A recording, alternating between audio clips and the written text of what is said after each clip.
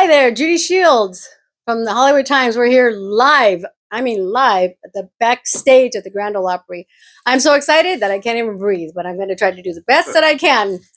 And then we're here with Exile. We're going to let them introduce themselves and let us know what instrument you play too as well. Hey folks, I'm Marlon Hargis and I'm the keyboardist for the band. I'm going to pass the mic on over here. There you go. I'm JP Pennington. I play guitar and I'm one of the three lead vocalists in the band. And writer. And I write a few songs here and there.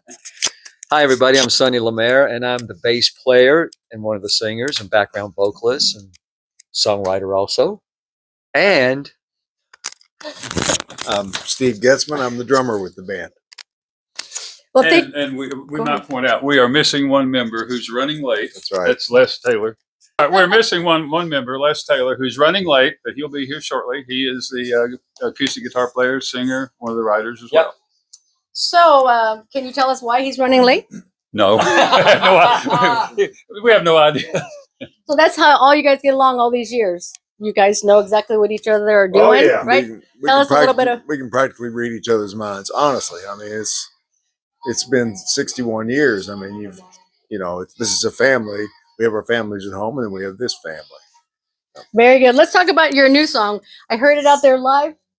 It's an amazing. Let's talk about that. After you, who wrote it? How did you come up with the title? Go for it. Aww. Sonny and I and Sonny and I and Paul Jefferson wrote this song. After You. Yep. Quite some time ago too.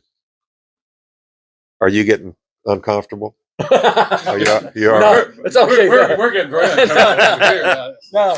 Yeah. Well, thank you. I'm glad you like it. It really inspired me. I divorced my first husband. I was in love with him until the day he died, and I heard that song, and I had to go get the lyrics because it just made me like. It was like after him, I've still not been able to find love after him, and that song meant a lot to me, and it brings tears to my eyes. It's an amazing song. I would think that would make the songwriters feel very good to hear that. Absolutely. Thank you. So that's what it's about. Yeah. Really.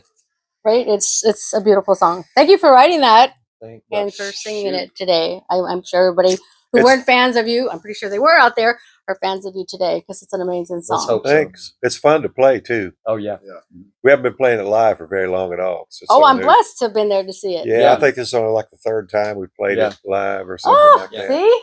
And well, we're gonna do it on the Opry here tonight. Be still my heart. Also, let's talk about the new album, A Million Miles Later. Yeah. Where'd that title come from? Well, as we began writing songs for a new project, we knew we wanted to release something in 2023 because it celebrated 60 years as a band. And as we were writing songs for the project, we came up with this idea, the song title, just that title. And we wrote the song and we thought, well, I mean, it kind of sums up, where we are right now. And it seemed like a very appropriate title for the album. A lot of people may think that, well, wow, they've traveled over 1 million miles, in their careers. Truth be known, it's probably more like 10 million. Oh my gosh. Yeah, probably. But 1 million miles later had a better ring to it. It sings better. Okay. We stayed with that. Yeah.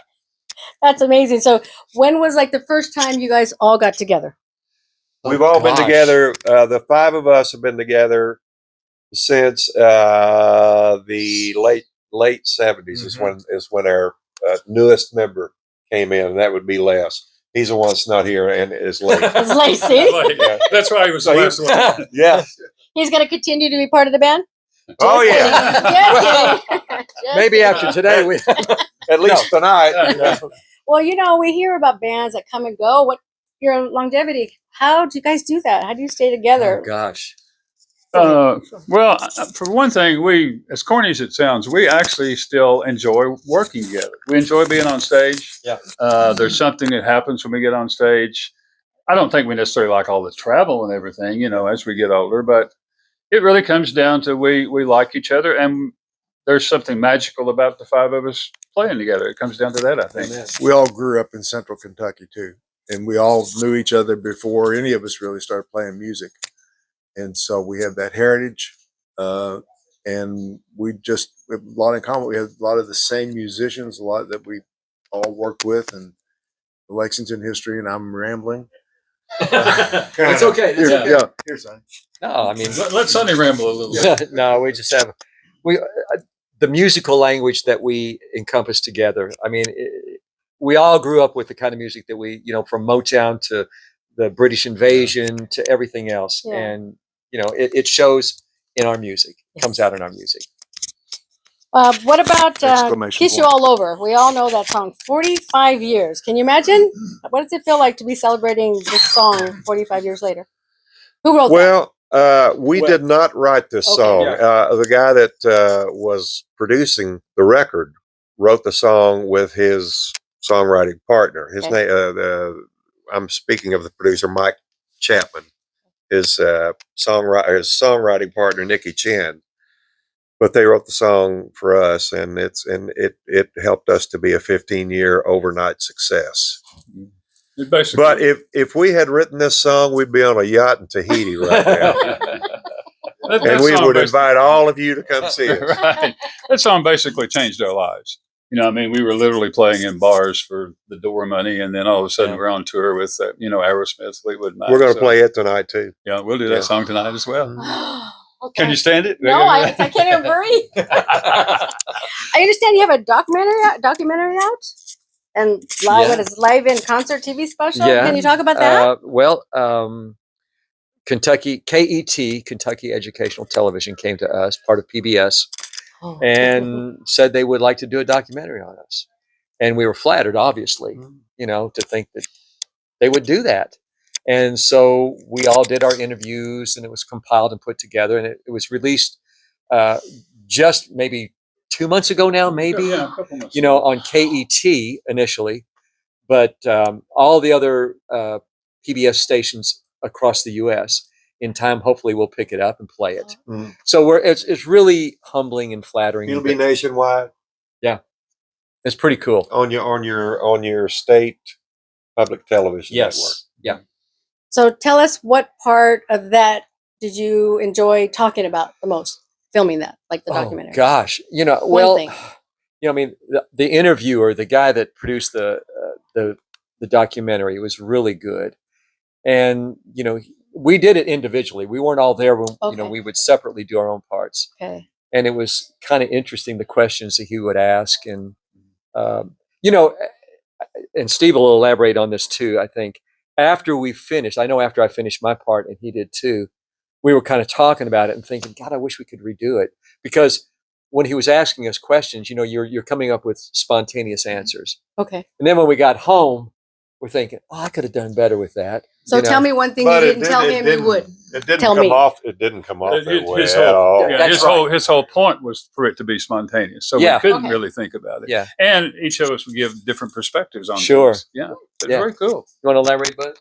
Yeah, when we went into it, there was a little bit of talk about the dirty laundry, because so many documentaries, that's what it's all about. And the producer said, no, it's not going to be that.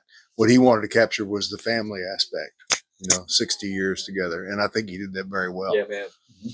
Wow. Can't wait to see it. There's also a companion piece to it, and it's a 1 hour live concert of us. Wow. And they usually play back to back, or maybe a day apart or something like that. But it's kind of two shows in one. Hey, guess who is here? Wow. Ladies and gentlemen. So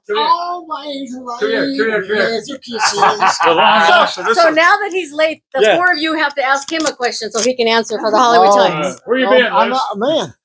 So we were just talking about the I've been documentary. everywhere. Man. We were talking about the documentary, Yes. just how cool it was. I mean, you have any thoughts on it? Very cool. I wish they'd have had more me in it. Now you see. So now we're giving you the meat. So say something about this documentary. And now I'm too shy to speak. Oh, come on. I lost my place.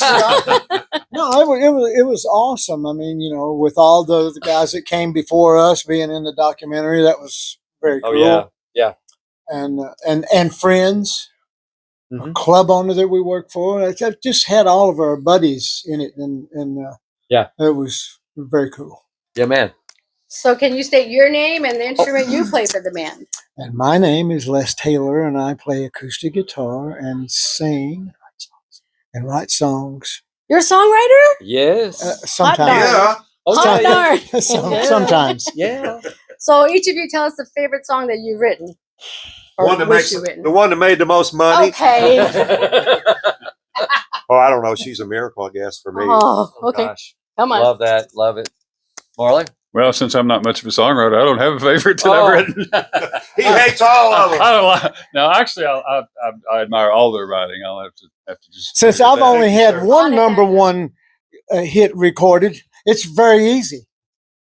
It ain't easy being easy. Yeah, great song. Great See, song. I haven't written multiple hits like these guys. Yeah, he wrote a great song called "It Ain't Easy Being Easy" For Janie Freaky. Yeah, Huge. yeah. Big- You? That was him. Oh Yes. my goodness. Step Hey, on that one. I'm going to brag on him too, Go real ahead. quick. One of our albums, when we were still living in Kentucky and driving down, staying in hotels and recording, Wow. JP and I had written a song and it wasn't finished, and we were going to cut it the next day. And it was a ballad called "She's Too Good to Be True." So we went in the studio the night before, and JP and I finished the song lyrically and just polished it up. And the next day, Les was going to sing it, and he went out there and just Killed it. and it became a number one song for us right here with him singing it. It was just a great performance. There you go. Who knew? Who knew? Who knew?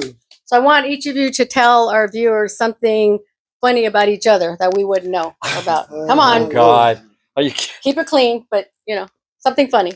Something know. funny? Well, the jokester in the band. Always. Should we all point to the jokester? Okay, right here. See, Is it true? see, No, I didn't think so. it's You can't say that about someone who looks like Kurt Russell and Tom Selleck. oh. Give me this microphone. Tom Selleck. He looks like Tom Selleck and Kurt Russell. As a matter of fact, Sonny and I or Sonny, Sonny, it was his fault. Sonny is the only band member that I nearly got into a fist fight with. Oh, that's right. And that happened twice. Is that part of the documentary? Nope. I got something good. Yeah. Next documentary. Go ahead. I got one. I got one on Steve. He told me I had a nice butt one time. All right. Yeah, we may have Can you spent stand up? No. sometimes we spend too much time on the bus. These tours get a little You have long. to tell me something funny about him. Oh, well, Come on. he's got a great dry sense of humor. Okay, Okay. that's just a fact. And Steve will come up with something, but his reply is like priceless. Marlon has a red car, and they're bad luck, and we don't ride anywhere with it. Red cars driving you straight to hell. See, I want to buy a new red car. Thanks a lot. Oh man, What about A red chariot yeah. This takes comes us from all straight to hell. believe it or not, all these lines come from a great bus movie Yeah. called Yes, Used Cars. With Kurt Russell. It's a classic. It's a classic comedy, and all these are lines from that. There's a difference between a movie and a bus movie, what is it? and used. Well, it's usually all the quotes Okay. that are so good. I mean, we can have an entire dialogue amongst ourselves just with bus movie Yeah. quotes. It's a movie that you can watch 20 or 30 times and enjoy it every time. And Yeah. there are a few of those. That's one. Yeah. of So my we're favorites. almost like watching. It's like watching Rocky Horror Picture Show. Oh, Yeah. Where we say all the lines along with Yeah. the actors. That's how we entertain ourselves. Yeah, between Used Cars and what's the other movie? The Caddyshack. Caddyshack. That one, Oh. that one, Groundhog and then the one about the rockers.